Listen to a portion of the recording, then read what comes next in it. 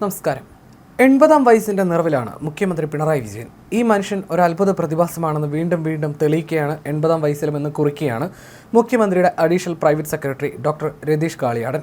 2016 നടത്തിയ നവകേരള മാർച്ച് മുതൽ പിണറായി സർക്കാരിന്റെ 9-ാം വാർഷികത്തിന്റെ ഭാഗമായി സംഘടിപ്പിച്ച പര്യടനം വരെ എല്ലാ പര്യടനങ്ങളിലും ഒപ്പമുണ്ടായ വ്യക്തിയാണ് ഡോക്ടർ രതീഷ് കാളിയാടൻ. രതീഷിന്റെ പുതിയ പോസ്റ്റ് പിറന്നാൾ പശ്ചാത്തലത്തിൽ കൂടിയാണ്. ഏതായാലും സൈബർ സഖാക്കൾ വൈറലാക്കുകയാണ് ഈ കുറിപ്പ്. ഡോക്ടർ രതീഷ് കാളിയാടന്റെ പോസ്റ്റ് ഇങ്ങനെയാണ്: ഈ മനുഷ്യൻ ഒരു അത്ഭുത പ്രതിഭാസമാണെന്ന് വീണ്ടും തെളിയിക്കുകയാണ്. 2016 നടത്തിയ നവകേരള മാർച്ച് മുതൽ പിണറായി സർക്കാരിന്റെ 9-ാം വാർഷികത്തിന്റെ ഭാഗമായി സംഘടിപ്പിച്ച പര്യടനം വരെ എല്ലാ പര്യടനങ്ങളിലും ഒപ്പമുണ്ടായിരുന്ന ആളെന്ന നിലയിൽ അദ്ദേഹത്തിന്റെ ആശയവിനിമയ രീതി അടുത്തുനിന്ന് കണ്ടറിയാൻ കഴിഞ്ഞിട്ടുണ്ട്. ലളിതമായ ഭാഷ, ചെറിയ വാചകങ്ങൾ, കൃത്യമായ ശബ്ദക്രമീകരണം, ഒരു വാക്ക് പോലും എടുത്തുമാറ്റാൻ കഴിയാത്ത വിധം നന്നായി എഡിറ്റ് ചെയ്ത സംസാരം, പറയേണ്ടിടത്ത് പറയേണ്ടതുപോലെ പറയും. ഇതൊക്കെയാണ് പിണറായിയുടെ ആശയവിനിമയത്തിന്റെ സവിശേഷതകൾ. രണ്ടാം പിണറായി സർക്കാരിന്റെ 4-ാം വാർഷികം ബഹുജനങ്ങളെ കേൾക്കാനാണ് പ്രധാനമായും വിനിയോഗിച്ചത്. 2 തരം സംവാദ പരിപാടികളുണ്ട്. ജില്ലകളിൽ സംഘടിപ്പിക്കപ്പെട്ട ജില്ലാതല സംവാദ പരിപാടികളിലും സംസ്ഥാന തലത്തിൽ സംഘടിപ്പിക്കപ്പെട്ട യുവജനങ്ങൾ, പ്രൊഫഷണൽ, വിദ്യാർത്ഥികൾ, വനിതകൾ, പട്ടികജാതി പട്ടികവർഗ വിഭാഗക്കാർ, പ്രൊഫഷണലുകൾ, സാംസ്കാരിക പ്രവർത്തകർ എന്നിവരുമായുള്ള വിഷയാടിസ്ഥാനത്തിലുള്ള സംവാദ പരിപാടികളുമാണവ. ഒപ്പം ഓരോ ജില്ലയിലെയും പ്രധാന വികസന പ്രവർത്തനങ്ങളുടെ പുരോഗതി അവലോകനത്തിന് ഉദ്യോഗസ്ഥർ മാത്രം പങ്കെടുക്കുന്ന മേഖലാ അവലോകന യോഗവുമുണ്ട്. 4-ാം വാർഷിക ആഘോഷങ്ങളുടെ അജണ്ടയിൽ ആർഭാടങ്ങളും ദൂരത്തും ആയിരങ്ങളെ അണിനിരത്തിയുള്ള വൻ പരിപാടികളുമില്ല. അപ്പോൾ റാലിയോ? അത് സർക്കാർ പരിപാടിയല്ല, LDF സംഘാടകർ. ഓരോ ജില്ലയിലും ചെന്ന് ക്ഷണിക്കപ്പെട്ടവരുമായി സംവദിച്ച് ഭരണപരിപാടികൾ സംബന്ധിച്ച വിശദാംശങ്ങളും മുന്നോട്ടേക്കുള്ള കുതിപ്പിന് സഹായകമാകുന്ന നിർദ്ദേശങ്ങളും തേടുകയെന്ന ഈ ജനസമ്പർക്ക പരിപാടിക്ക് മുൻ മാതൃകകളില്ല.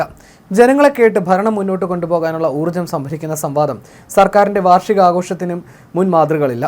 ജനാധിപത്യത്തിന് പുതുമുഖം സമ്മാനിക്കുന്ന സംവാദാത്മക ജനാധിപത്യ ഇടപെടലുകൾ എന്ന ചരിത്രം 2016 മുതൽ നടത്തിവരുന്ന ഈ സംവാദങ്ങളെ വിശേഷിപ്പിക്കും.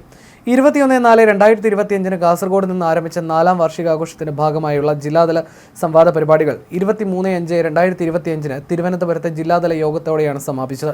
31/5/2025 യുവജനങ്ങളുമായുള്ള സംസ്ഥാനതല സംവാദത്തോടെ 4-ാം വാർഷികത്തിന്റെ ഭാഗമായുള്ള സംവാദ പരിപാടികൾ സമാപിക്കും. പല ജില്ലകളിൽ കയറിയിറങ്ങിയുള്ള സുദീർഘമായ യാത്രകളും ഫയൽ നോട്ടവും കൂടിയാകുമ്പോൾ ഏറിയും കുറഞ്ഞും ഒരു ദിവസം ഏതാണ്ട് 3.5 മണിക്കൂറാകണം ഈ മനുഷ്യൻ വിശ്രമിച്ചത്. സംവാദ പരിപാടികളിലെ കേൾവി എന്നാൽ അശ്രദ്ധമായി വേദിയിലിരിക്കുക എന്ന നേതാക്കളുടെ പതിവ് രീതിയല്ല ഇവിടെ കണ്ടത്.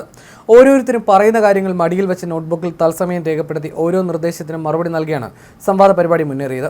രാവിലെ 10:30 പരിപാടി ആരംഭിക്കും. ഏതാണ്ട് 45 മിനിറ്റ് ദൈർഘ്യമുള്ള ആമുഖ ഭാഷണം, തുടർന്ന് ക്ഷണിക്കപ്പെട്ടവരുടെ പ്രതിനിധികളുടെ അഭിപ്രായ പ്രകടനം, നിർദ്ദേശങ്ങൾ, ചോദ്യങ്ങൾ, ശേഷം മറുപടി. ചോദ്യങ്ങൾക്കെല്ലാം വസ്തുതകളും അനുഭവങ്ങളും ചേർത്തുള്ള കൃത്യമായ മറുപടി.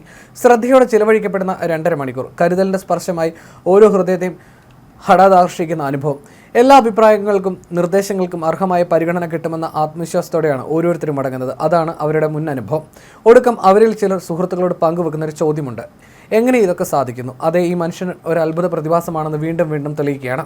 പിതൃതുല്യ സ്നേഹ സാന്നിധ്യമായ പ്രിയ സഖാവിന് പിറന്നാൾ ആശംസകൾ എന്ന് പറഞ്ഞാണ് രതീഷ് തന്റെ കുറിപ്പ് അവസാനിപ്പിക്കുന്നത്.